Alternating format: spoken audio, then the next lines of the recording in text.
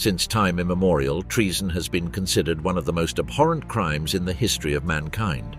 Characters such as Judas Iscariot, Guy Fawkes, and Anne Boleyn have gone down in history as archetypes of disloyalty, reflecting how this crime has been viewed with even greater contempt than murder in English law. In British law, treason is considered an offence of the utmost gravity, configuring itself as an autonomous crime that attacks not only the person of the monarch, but also the stability of the entire nation. But what does treason really imply? Beyond a simple violation of trust, the term carries a deep legal and moral burden. Under English law, the act of treason translates into any conspiracy that threatens the life of the sovereign, armed rebellion against his authority, or support for his enemies in times of war. Such actions have historically been seen as an affront not only to the sitting monarch, but also to the integrity of the United Kingdom as a political and cultural entity.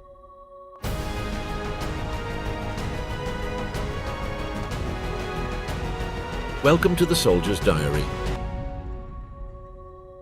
The Second World War represented one of the greatest tests for the United Kingdom. Between 1939 and 1945, as the Nazi war machine spread across Europe, Britain faced its darkest hour in a struggle for national survival. In this context, treason took on a unique relevance. Over the course of the conflict, more than 100 British citizens were convicted in mostly secret trials of collaborating with the enemy. In addition, hundreds of fascist sympathizers were arrested on government orders, reflecting the urgency with which the British state acted to preserve internal security. Despite the severity with which treason was pursued, the sentences imposed on the guilty varied significantly. Although some were executed, most received relatively lenient sentences. In many cases, factors such as the social and political connections of the accused, internal bureaucratic conflicts, and the British government's attempt to balance national security with the preservation of civil liberties prevented a harsher course of justice. However, in the most serious cases, the response was sharp. Those involved in plans to overthrow Winston Churchill's government, collaborate with the enemy in the event of a German invasion, or establish a puppet regime, were considered an unacceptable threat to the nation. The consequences of these betrayals were devastating. Some directly contributed to the deaths of British military and civilians, exposed strategic positions, or facilitated enemy operations. The motives for these acts varied.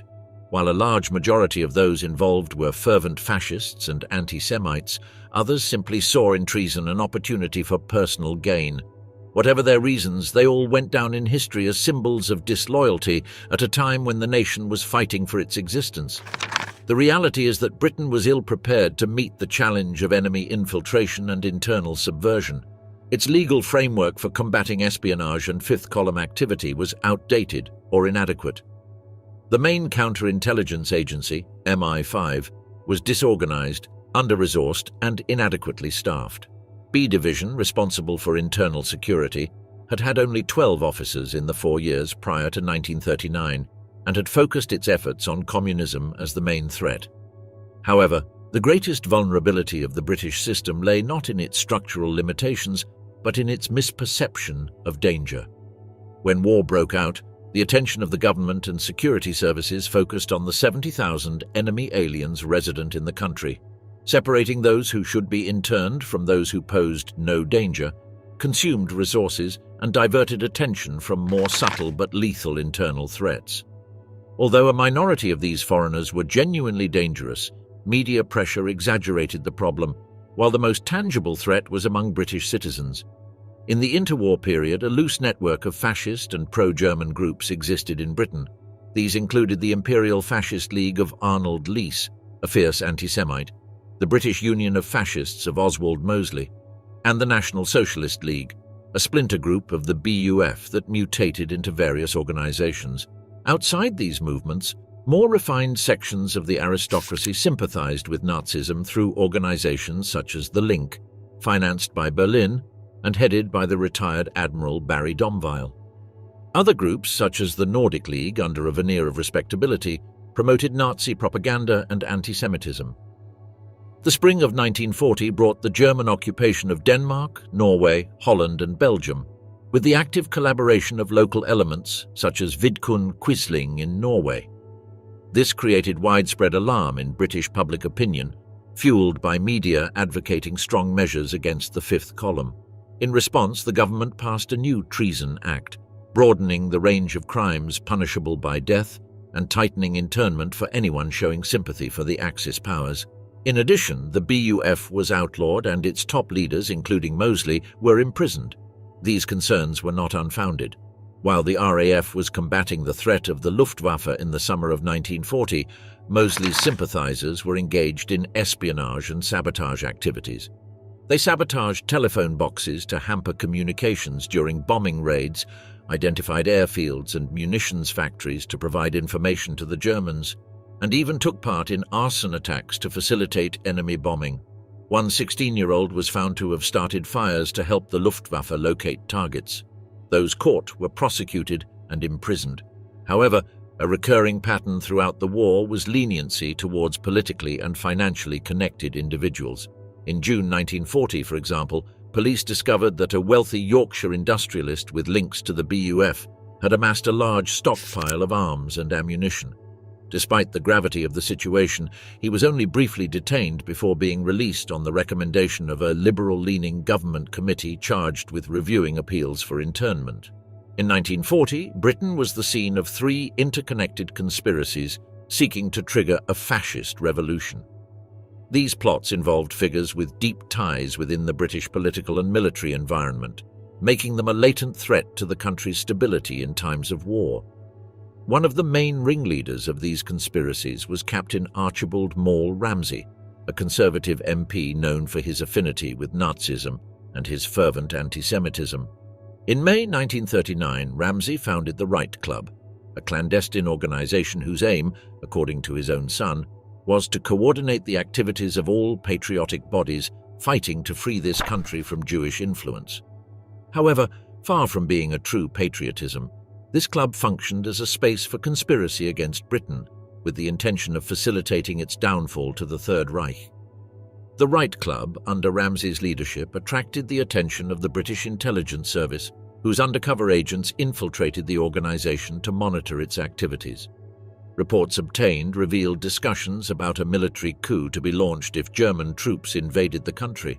At one of its meetings, Ramsay expressed his desire to see a civil war with gunfire in the streets, while another conspirator, Domvile, spoke of the need for a bloody revolution and expressed his willingness to lead one. Although Ramsay's aspirations to be installed as head of a Nazi-dominated British government were unrealistic, his group posed a tangible danger. In addition to Domvile and Ramsay, the conspiratorial cell included General John Fuller, who had assisted the Wehrmacht in rearming Germany and had direct links to Hitler, even attending his 50th birthday celebration as a guest. However, Fuller maintained a close relationship with General William Ironside, Commander-in-Chief of the British Home Forces, raising concerns about possible betrayal from within. Other prominent names within this network of conspirators were two members of the British aristocracy, Lord Sempill and Lord Tavistock. Sempill, before the outbreak of war, had worked for Mitsubishi, then a key player in the Imperial Japanese Army, and had leaked military information despite government warnings. For his part, Tavistock, later Duke of Bedford and one of Britain's wealthiest figures, financed several fascist initiatives, and in 1940 attempted to establish contact with Nazi Germany to negotiate a unilateral peace. British intelligence services warned the government of the danger he represented, pointing out that in the event of a German occupation, he could be appointed Gauleiter, or leader of a puppet government. Britain not only had to deal with the external threat of the Axis, but also the internal danger of betrayal. At the epicenter of this plot was the Right Club, which had close ties to influential figures in British government and intelligence. Archibald Ramsay operated with a network of contacts that extended to the police, MI5, key ministries, and the War Cabinet. This group had drawn up a secret list of opponents of the Axis who, in the event of a German invasion, would be eliminated. MI5, in its effort to dismantle this conspiracy network, managed to infiltrate the Right Club through Ramsay's wife. From this maneuver, the authorities discovered an even more serious act of betrayal. In April 1940, it was revealed that Anna Wolkoff, a close associate of Ramsey, was in contact with Tyler Kent, a young American diplomat. Kent had stolen thousands of confidential documents from the US Embassy in London, including high-level telegrams between Winston Churchill and Franklin D. Roosevelt, as well as strategic reports from the War Office and the British Intelligence Service. Anna Wolkoff, a fervent Nazi sympathizer and anti-Semite of Russian origin, had obtained copies of these documents and passed them on to the Germans via the military attaché at the Italian embassy. The situation escalated when the US ambassador, Joseph Kennedy, revoked Kent's diplomatic immunity, thus allowing his arrest along with Wolkoff. Ramsey, having been aware of the operation and even having examined some of the stolen documents, was also arrested. MI5 attempted to prosecute Kent, Wolkoff, Ramsey and his wife for espionage. However, government authorities decided that only the first two would face formal charges. Tyler Kent was sentenced to 7 years in prison, while Anna Wolkoff received a 10-year sentence. During the trial, the magistrate highlighted Wolkoff's anti-Jewish obsession as a determining factor in her moral and mental deterioration. In contrast, Ramsey and Admiral Barry Domvile were interned without facing trial. Ramsey, in fact, kept his parliamentary salary and regained his seat in 1944 upon his release. Other influential figures linked to the Right Club, such as William Forbes Sempill, the Marquis of Tavistock and John Fuller, were not even arrested. The British government also refused to disclose the identities of the Right Club members, whose names were found in a leather-bound book during a raid on Kent's apartment. This list remained hidden until 2000, when it was finally handed over to the Wiener Library, the oldest institution devoted to the study of the Holocaust. The leniency with which certain individuals were treated did not go unnoticed by the British courts. On one occasion, a judge called a member of the British Union of Fascists accused of promoting the frequency of a Nazi propaganda station a lowly instrument, noting that those truly responsible for the treason had never been brought to justice. This statement was possibly alluding to Ramsey, who had used his position in Parliament to divulge information about the Nazi station and its location on the radio dial. Had the British government not contained the internal threat it faced, it could have altered the course of the conflict. At the heart of this conspiracy was an unlikely figure, the Welsh musician and conductor Dr. Lee Vaughan Henry. Known for his artistic talent, his respectable image concealed an absolute devotion to Nazi ideology and a fierce anti-Semitism. His connections with fascist circles and German intelligence attracted the attention of MI5, which soon discovered that Vaughan Henry was at the linchpin of a conspiracy to facilitate the takeover of Britain by Nazi Germany. Their plan involved a clandestine structure made up of 18 cells, each with 25 members, intended to carry out a coup once German forces had seized the Channel ports. In his communications with the Abwehr, through his wife, who resided in Germany, Vaughan Henry had established a sophisticated logistical network. He had acquired a printing press for the dissemination of propaganda, organized transport routes, forged identities, and secured safe accommodation. At the time of his arrest in June 1940, he was amassing a considerable sum of money and negotiating the purchase of arms. His arrest did not lead to a trial for treason, a decision that has led to speculation about the involvement of high-ranking political and military figures in the plot. It is believed that the government opted for his internment on the Isle of Man to avoid a court case that might expose influential names. There is no evidence that General Ironside was aware of the plot, although his dismissal shortly after Vaughan Henry's arrest has fueled theories about his possible involvement. Another of the key figures in these subversive movements was John Beckett, a former Labour MP who, after joining Oswald Mosley's Blackshirts, founded several even more radical fascist organisations. During the war, Beckett, together with Admiral Barry Domvile and Ben Green, cousin of the novelist Graham Greene, set up the British Council for Christian Settlement in Europe, a public front to press for a negotiated peace with Germany. However, his action was not limited to diplomacy. He also actively conspired to facilitate a German invasion. MI5, aware of the danger, infiltrated the group with Harold Kurtz, a former Nazi who had emigrated to Britain in 1937 and later became an undercover agent for the British Secret Service. Posing as a Nazi sympathizer, Kurtz revealed that Beckett, Green, and Robert Gordon Canning, a former army officer with links to the British Union of Fascists, were organizing support for a German occupation.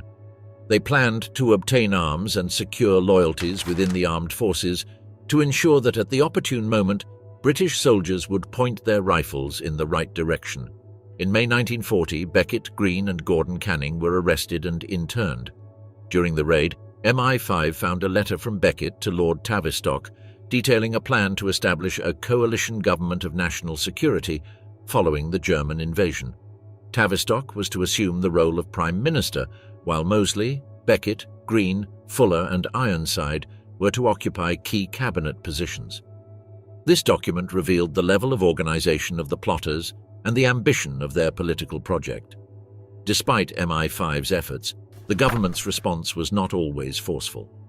The Internment Advisory Committee frequently recommended the release of certain detainees, including members of the right-wing club's inner circle and prominent figures such as Green and Gordon Canning. This accommodating attitude towards Nazi sympathizers within the United Kingdom generated frustration in the intelligence services, who felt that the danger was not taken as seriously as it deserved. To counteract these limitations, British agents devised an alternative method of neutralizing the threat posed by the Fifth Column, circumventing the obstacles of the judicial system and ensuring that the plotters could not act against the country. MI5 launched one of its most audacious operations to dismantle pro-Nazi spy networks in the United Kingdom. The initiative, conceived by Victor Rothschild, a member of the famous banking dynasty and then head of the British Intelligence Service's counter-sabotage section, consisted of the creation of a fictitious Gestapo cell in London. This plan was executed by Eric Roberts, a bank employee with a history of sympathies towards fascism, who later became an undercover agent in the service of British intelligence.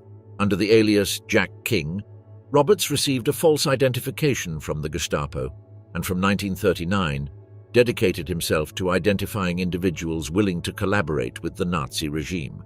For 3 years, he established a vast network of Nazi sympathizers, making them believe that their reports were sent directly to Berlin, when in reality all the information was intercepted and analyzed by MI5. This strategy made it possible to infiltrate and control the activities of numerous British collaborators of the Third Reich. Among the network's most committed members were Marita Perigoy and Hans Kohut. Perigoy, who served as Roberts' deputy, was paid a weekly fee and arranged meetings in a central London apartment that had been fitted with listening devices by MI5. During these meetings, the agents handed over highly sensitive information, including maps showing the location of strategic oil and aircraft reserves, details of experimental jet engines, and data on new British military technologies. Some of these informants toured their hometowns collecting data on potential targets for German air raids. One agent, convinced of the effectiveness of her actions, celebrated the devastation caused by a bombing raid, mistakenly believing it had been facilitated by the information she had supplied. However, MI5 managed to prevent critical leaks, such as Kohut's attempt to send to Germany details about the Mosquito fighter plane and the Window program, a technology designed to jam enemy radar, which proved crucial to the safety of Allied pilots. As the Third Reich declined, MI5 discovered that some members of the network were planning to continue their espionage activities after the war. To maintain the deception, Jack King remained in contact with them, monitoring their movements. In a gesture designed to reinforce the illusion of authenticity, Rothschild arranged for Roberts to present Perigoy and Kohut with imitation Nazi medals in January 1946, in recognition of their supposed loyalty to the German cause. In addition to espionage, plots to target British political figures and members of the East End Jewish community were detected, as well as attempts to organize the escape of German prisoners of war held on British soil. These operations enabled MI5 to neutralize internal threats at a critical time in history, revealing the extent of Nazi infiltration of the United Kingdom. Duncan Alexander Crowell Scott Ford. Among the stories of British traitors, there is that of this merchant seaman who faced the death penalty after being found guilty of treason for providing information to an enemy agent during the Second World War. Born in Plymouth, Devon, his given name was Duncan Alexander Crowell Smith. He was the son of Duncan Scott Smith, a cabin boy in the British Royal Navy, who died on March 23, 1933 from pneumonia after ingesting an overdose of morphine in an apparent suicide attempt. Duncan later adopted the surname Scott Ford in order to improve his social position. He was educated at the Royal Hospital School, Holbrook, where he studied from 1933 to 1937. At the age of 16, he enlisted in the Royal Navy, joining HMS Impregnable, a land base at Devonport, in December 1937. His military career developed normally until June 1939, when he served on the light cruiser HMS Gloucester, which made a stopover in Dar es Salaam, in the territory of Tanganyika. It was there that Scott Ford met a young German woman with whom he began a romantic relationship. This connection, sometime later, was considered by the British Security Service, MI5, as a possible starting point for his treasonous activities. In 1940, while his ship was stationed in Egypt, Scott Ford developed an obsession with a prostitute whom he frequently visited. During this time, he was also found to have tampered with the records of his post office savings account, leading to his appearance before a military court. He was sentenced to 2 years in prison and dishonorably discharged from the service. However, upon his mother's appeal, his sentence was reduced to 6 months, and he was allowed to receive an honorable discharge. Released in July 1941, Scott Ford temporarily returned to live with his mother. Tensions between the two increased, particularly over the use of his naval pay allowance, leading to his enlistment in the Merchant Marine shortly thereafter.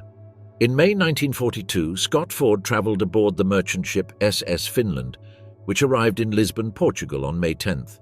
Lisbon, known to be a hotbed of spy and intelligence activities during the war, was where Scott Ford first made contact with German agents. In a bar, he was approached by a man who identified himself as Rithman, who promised to help him send a letter to the German woman he had met in Dar es Salaam. He also offered him 1,000 Portuguese escudos in exchange for confirming information about a possible Royal Navy order for all ships to be in port by 28 June 1942. Although Scott Ford was unable to verify this information, he met again with Rithman and another agent known as Captain Henley. During this meeting, Scott Ford provided information about the mood in the United Kingdom, the damage caused by the bombings and public opinion of Winston Churchill. For this information, he was paid 1,000 escudos. On 26 July 1942, the SS Finland returned to Lisbon, where Scott Ford again met with German agents. This time he received another 500 scudi, despite not having fully complied with previous requests for specific books on military forces. Under pressure from the agents, Scott Ford offered additional information, including details on convoys, their protection, locations of aircraft factories, and troop training for a European invasion. The Germans also demanded that he keep detailed records on future convoy movements and speeds, giving him an additional 100 scudi as payment. When the SS Finland arrived at Salford Docks on 18 August 1942, Scott Ford was questioned along with other crew members to determine whether they had had contact with German agents in Lisbon. Initially, he played down his interactions, but the British authorities were already aware of his activities through informants in Portugal. Scott Ford was questioned again the following day, at which time he confessed to having received a total of 1,600 crowns, equivalent to approximately £18 in 1942, £1,060 in today's terms. His personal record also revealed detailed notes on convoys, which confirmed the suspicions against him. To prevent his release, the British authorities issued a warrant for his arrest under Defence Regulation 18B. Scott Ford was taken to Camp 020, an interrogation centre at Latchmere House, southwest of London. Although he cooperated with his interrogators, his lack of useful information about the German intelligence system sealed his fate. He was subsequently charged under the Treason Act 1940 and tried behind closed doors before Judge William Norman Burkitt. On the 16th of October 1942, Scott Ford was convicted and sentenced to death, the only punishment under the Act for treason. During his time at Camp 020, the authorities considered whether a pardon should be recommended, but the commanding officer in charge concluded that there were no grounds for this. The sentence was carried out by executioner Albert Pierrepoint at 9 a.m. on 3 November 1942 at Wandsworth Prison, London. The exact circumstances of the trial were kept secret until after his death. However, newspapers of the time reported that Scott Ford had betrayed his country for a paltry sum, becoming a cautionary tale for other merchant seamen. Lord Haw-Haw. And if we have to talk about traitors, William Joyce, well known in the records of the Second World War as Lord Haw-Haw, represented one of the most singular figures within the phenomenon of collaboration with Nazism. His story is intertwined with the ideological propagation of the Third Reich and the betrayal of his country of origin, and reveals the complex political and personal plots that led British citizens to align themselves with Adolf Hitler during the global conflict. Born in Brooklyn, New York on April 24, 1906, Joyce was the son of Irish immigrants. Although American by birth, his family returned to the United Kingdom when he was still a child, settling in Ireland. During his youth, he became involved in the political tensions between the British and Irish independence fighters, collaborating with British forces against the Irish Republican Army, IRA. These early years forged in him a marked anti-communist and anti-Semitic position that would define his future ideology. After moving to England, Joyce excelled academically and graduated with honours from the University of London. During his university years, he joined the British Fascist Party, led by Oswald Mosley, where his eloquence and ideological fervour made him an active promoter of the movement. In a context of growing social and political tensions in Europe, Joyce quickly rose through the ranks of the party, establishing himself as a tireless fighter in confrontations against the communists and a speaker capable of attracting crowds. However, internal disagreements within the British Fascist Party led him to break away and seek other horizons. In 1939, shortly before the outbreak of war, he decided to emigrate to Germany, a country that represented the epicenter of his political ideals. In Berlin, he became a key figure within the Nazi propaganda apparatus, assuming the role of chief announcer on Rundfunk, the broadcasting service controlled by Joseph Goebbels' propaganda ministry. His program, known for its opening line, "Germany Calling," was regularly broadcast to British audiences. Joyce used his rhetoric to demoralize the British population, combining false information with real facts to sow doubt and fear. His distinctive accent and manner of speaking earned him the nickname Lord Haw-Haw, initially coined by the British press in a mocking tone, but which eventually became his public identity. In addition to his role as a broadcaster, Joyce also served as a recruiter within the British Free Corps, a unit made up of British citizens who fought alongside the German army. However, his efforts were limited. As of the group's initial 59 members, only a few remained active during the conflict. In parallel, he published a book entitled England's Sunset, in which he attacked the British capitalist system and extolled Nazi ideology. His active collaboration with the Nazi regime earned him awards such as the War Merit Cross, but also placed him in the spotlight of Allied attention. As German defeat became inevitable, Joyce continued to broadcast, albeit in increasingly precarious conditions and, according to witnesses, often under the influence of alcohol. He was captured in May 1945 near the Danish border by British troops, after being identified thanks to his distinctive accent. Once in the hands of the British authorities, Joyce was put on trial on charges of high treason against the king. During the trial, it was argued that, despite his birth in the United States, he had obtained a British passport, which implied an oath of loyalty to the crown. This legal interpretation was key to his conviction, despite the controversies surrounding his nationality. According to documents declassified in 2005, Joyce negotiated with prosecutors to guarantee immunity for his wife, Margaret Joyce, also a broadcaster in the Nazi propaganda service, who was ultimately not charged. On the 3rd of January 1946, William Joyce was executed at Wandsworth Prison, becoming one of the last men to be hanged for treason in the United Kingdom.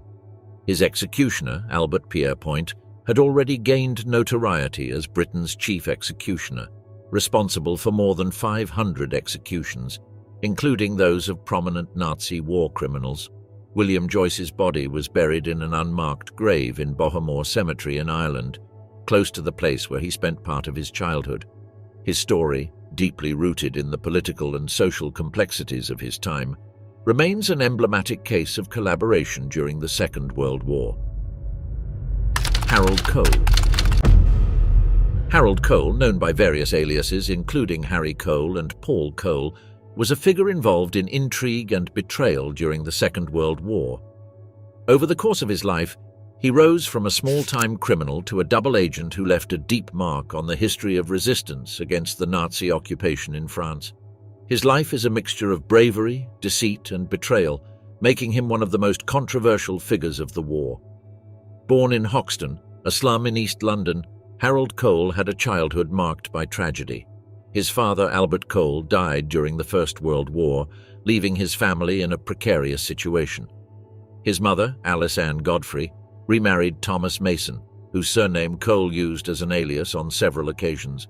From a young age, Cole made a name for himself as a con man and embezzler, racking up several convictions before the war. He left school at 14 and spent much of his youth in and out of prison for minor crimes. In 1927, he deserted from the West Kent Regiment, marking the beginning of a life of deceit and trickery. He later claimed to have served in the British Army in Hong Kong during the 1930s, although there is no evidence to support this claim. By 1938, he was in France, posing as a Royal Air Force officer under the name Wing Commander Wayne. When World War II broke out in 1939, Cole had just been released from prison and enlisted in the British Army's Royal Engineers.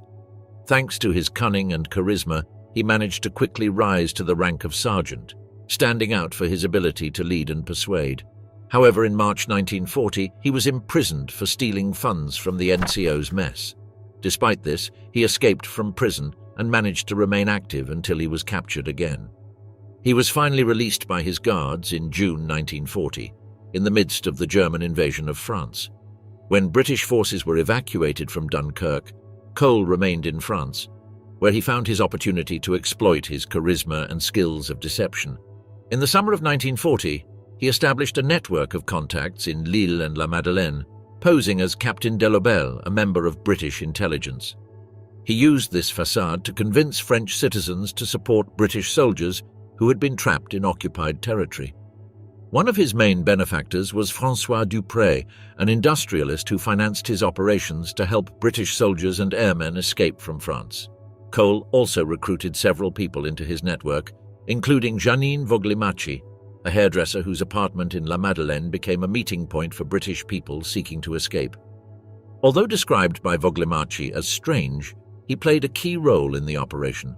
Cole succeeded in unifying various groups that helped British soldiers and established an efficient system for providing false documents, clothing, and guides to those seeking to escape to Vichy France or beyond. However, his charismatic personality and apparent dedication to the cause concealed a dark reality. Cole spoke poor French and used a false document, indicating that he had speech and hearing impediments to avoid prolonged interactions with the Germans. His network included figures such as Roland Hector Lepere, an 18-year-old, and Madeleine Damemont, who later became an agent for the Special Operations Executive, a British clandestine organization. Despite his initial success, Cole began to arouse suspicion among some of his associates. Maud Olga Baudot de Rouville, one of the most active women in aiding British soldiers, expressed distrust of him, describing him as a man who always asked for money and spoke ill of people behind their backs. In addition, his extravagant lifestyle, which included constant partying and affairs, created tensions within his network. In January 1941, Roland Lepers led a group of British soldiers and airmen to Marseille, where he came into contact with Ian Garrow, the leader of the escape line known as the Pat Line. This clandestine organization helped British soldiers stranded in France cross into neutral Spain, and from there return to Britain. Impressed by Lepers' effectiveness, Garrow appointed Cole as head of the Pat Line in northern France and provided him with funds to continue his operations. However, Cole began to take advantage of the trust placed in him. Although he was known to Scotland Yard and MI9 as a fraudster with a criminal record, his background was ignored due to his initial effectiveness in rescuing soldiers. But the Pat Line's leaders became suspicious of his intentions. They discovered that Cole was diverting funds intended for the operation for his personal use, leading to a confrontation with Albert Guéris, who had assumed leadership of the Pat line following Garrow's arrest in October 1941. On 1 November 1941, Guéris organized a meeting in Marseille to confront Cole. The Pat line members accused him of fraud and double-dealing, even considering executing him to prevent him from betraying the organization. However, Cole managed to escape from the scene by opening a window in the bathroom where he had been locked up. Following his escape, Cole became a fugitive to both the Pat line and the German authorities. However, in December 1941, he was arrested by the Geheime Feldpolizei, an executive branch of German military intelligence. According to some theories, his arrest was a sham and Cole had already begun collaborating with the Germans before his capture. In fact, shortly after his arrest, he began working as a double agent for the Nazis. Cole wrote a lengthy 30-page statement for the Germans, in which he identified numerous members of the Pat line and detailed their operations. Based on this information, the Gestapo began a series of arrests that devastated the resistance network. Among the first victims of their betrayal were François Dupré, who died in a concentration camp, and Abbé Pierre Carpentier, who was executed. Despite his collaboration with the Germans, Cole withheld information about some of his former associates, such as Janine Voglimachi, whom he even threatened to prevent her from continuing to work with the Pat line. However, his betrayal had a devastating impact on the resistance, and it is estimated that around 150 people were arrested as a result of their collaboration with the Nazis, of whom around 50 were executed or died in concentration camps. Cole continued to work for the Germans, accompanying them on several arrests and using his knowledge of escape networks to dismantle resistance operations. However, his treacherous nature led him to deceive even his new allies. Throughout his life, he deceived both the British and the Germans, using his cunning to survive in an increasingly dangerous world. As the war progressed, Cole became a target for both sides. The British wanted him for treason, while the Germans became wary of his intentions. After the liberation of France in 1944, Cole managed to avoid capture and continued to lead a life as a fugitive. Finally, in January 1946, his luck ran out. He was tracked down by French police in Paris, where he died while resisting arrest. Although his life ended violently, Harold Cole's legacy as the war's worst traitor lives on as a reminder of the complexities and contradictions of human nature. John Amery. John Amery, a deeply controversial figure of the Second World War, represents a paradigmatic case of betrayal in times of conflict. Born in London on the 14th of March 1912, he was the son of Leo Amery, a prominent civil servant of the British Empire, a member of the Conservative Party and a member of Parliament for many years. The Amery family, of diverse roots, also included maternal grandparents of Hungarian Jewish origin who had emigrated to the United Kingdom and converted to Protestantism. However, despite this remarkable lineage, John Amery displayed from a young age an indomitable and immoral personality, which eventually led him to a tragic and dishonorable destiny. Educated at Harrow, one of England's most prestigious institutions, Amery proved to be a problematic student. His rejection of discipline and disdain for rules became evident early on. His behavior was described by his teachers as extremely unusual and lacking in balance in the face of authority. He repeatedly tried to run away from school and, after his expulsion, was sent to a Swiss school, from which he was also removed due to his bad influence.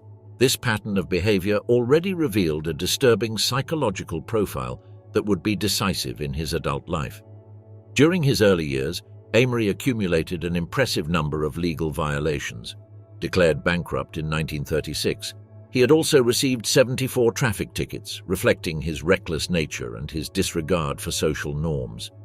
This tendency toward chaos and rebellion eventually led him to seek a life away from England, moving first to France and later to Spain, where his life took a dramatic turn. In 1936, Amery settled in Spain and took an active part in the Civil War, siding with the nationalist forces. He worked as an arms dealer for the rebels and as an intelligence officer for the Italian troops supporting Franco. It was during this period that he met Jacques Doriot, a prominent French fascist leader with whom he developed a close relationship. This link with European fascism would mark the rest of his life. leading him to establish contacts with extremist ideologues and movements in Austria, Czechoslovakia, Italy, and Germany. The turning point in Amery's career came in 1941, when he was recruited by the National Socialist regime in Berlin. From then on, he began to make radio broadcasts aimed at the British public, in which he advocated the German cause and denounced what he considered the errors and crimes of Winston Churchill's government. In one of his most emblematic speeches delivered on November 19, 1942, Amery stated, "A crime against civilization is being committed. Our invaluable heritage is being squandered in a war which serves no British interest." These words, loaded with propaganda and anti-communist rhetoric, sought to sow doubt and disunity among British citizens. In 1943, Amery took his collaboration with the Axis a step further by founding the St. George Legion. Approved by Heinrich Himmler, the project was intended to recruit British prisoners to fight alongside Germany against the Soviet Union. Although the initiative had limited success, Amery produced a recruitment leaflet appealing to British patriotism and denouncing alleged injustices committed by Churchill's government. In the leaflet, distributed in prisoner-of-war camps, he declared, "I call upon all Britons to respond to this call to arms in defence of all the principles which we, the English, have been the first to proclaim in the world." Despite its efforts, the St. George Legion failed to attract significant numbers of volunteers. In 1944, the SS created the Britisches Freikorps, a unit for British soldiers willing to fight for Germany. However, this group also had more of a symbolic than real impact, as most of the British prisoners refused to betray their country.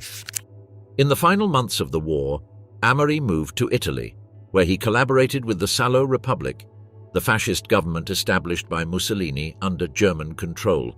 From there, he continued to make propaganda speeches and work to promote the fascist cause. However, his fate was sealed. In April 1945, he was captured by Italian partisans in Milan and handed over to the British authorities. John Amery's trial was swift and forceful. Charged with high treason, he faced overwhelming evidence against him, including recordings of his speeches and testimony of his active involvement in Nazi propaganda. Although his lawyers attempted to argue that he had acquired Spanish nationality and therefore could not be found guilty of treason against Britain, this claim was rejected. Similarly, psychiatric reports describing his personality as psychopathic failed to persuade the court. Amery accepted his fate with a mixture of resignation and defiance. He pleaded guilty in a gesture that some interpreted as a final display of his complex and contradictory character. The court sentenced him to death, and the execution took place on the 19th of December 1945 at Wandsworth Prison, London. With this, John Amery became one of the few British citizens to be executed for treason during the 20th century. Theodore Church. In Brookwood CWGC Cemetery, an inscription reads, "Start from here, your name will live on forever." Under these words are recorded more than 3,000 names of servicemen who lost their lives in Northwest Europe during the Second World War and who have no known grave. However, among these solemn names are not only soldiers fallen in battle, but also controversial figures, such as an executed spy and several assassins. This is the extraordinary story of Private Theodore Church, told by Andy Brockman. At 9 o'clock on the morning of the 4th of January 1946, 27-year-old Theodore Church walked from his cell in Pentonville Prison, North London, into the pale green execution chamber. Minutes later, executioner Albert Pierre Point pulled the lever that ended Church's life, making him the last person to be executed for treason in Britain. Paradoxically, his name is commemorated alongside war heroes on a memorial dedicated by the Queen, a situation that raises questions about how criminals executed while serving in the British Armed Forces should be remembered. Theodore John William Church was born on the 5th of May 1918 in Marylebone. With blonde hair and blue eyes, he was also notable for his Cockney accent. Despite this, he was a Swiss citizen due to his father's employment at the Savoy Hotel.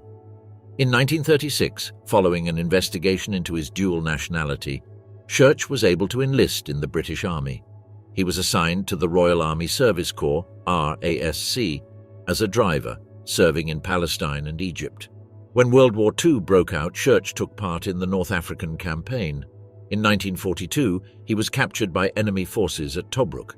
Normally, his capture would have been reported through the Red Cross, and Church would have spent the remainder of the conflict in a prisoner of war camp. However, he disappeared. Church's alleged treachery was first reported in September 1943, when M-9 received a report from Sub-Lieutenant Roberts, a prisoner of war who had returned to Britain. Roberts reported on a Captain Richards acting as an informer in Italy. British intelligence identified this individual as Theodore Church, missing since his capture at Tobruk. Confirmation came when another prisoner identified his photograph. In April 1945, Church, dressed as a British officer, was arrested in the northern Italian port of La Spezia. This base had been a key center for fascist and Nazi intelligence operations. His capture was carried out by the SCY/Z counterintelligence branch of the Office of Strategic Services, the precursor to the CIA. Lieutenant James Angleton, head of SCY/Z, interrogated Church in Rome, describing him as shrewd and intelligent, though lacking in formal education. According to Angleton, Church justified his actions as an adherence to fascism, although he also enjoyed the lifestyle that espionage afforded him. On 28 May 1945, the British Army's Special Investigation Branch formalized Church's arrest, accusing him of impersonating an officer to obtain military information for the enemy. During his interrogation, Church recounted his involvement in espionage activities for several agencies, including the Italian military intelligence SIM, the German Abwehr, and later the Sicherheitsdienst, SD of the SS. On his return to Britain, Church was posted to Gibraltar Barracks in Leeds. During his stay, Percy Edwards, a War Office official, reported a revealing conversation with Church. Church had requested to be treated as a civilian, arguing that he had never sworn allegiance to the king because of his Swiss nationality. "My world has been shattered and everything I stood for is in the dust. I have no desire to live," he declared.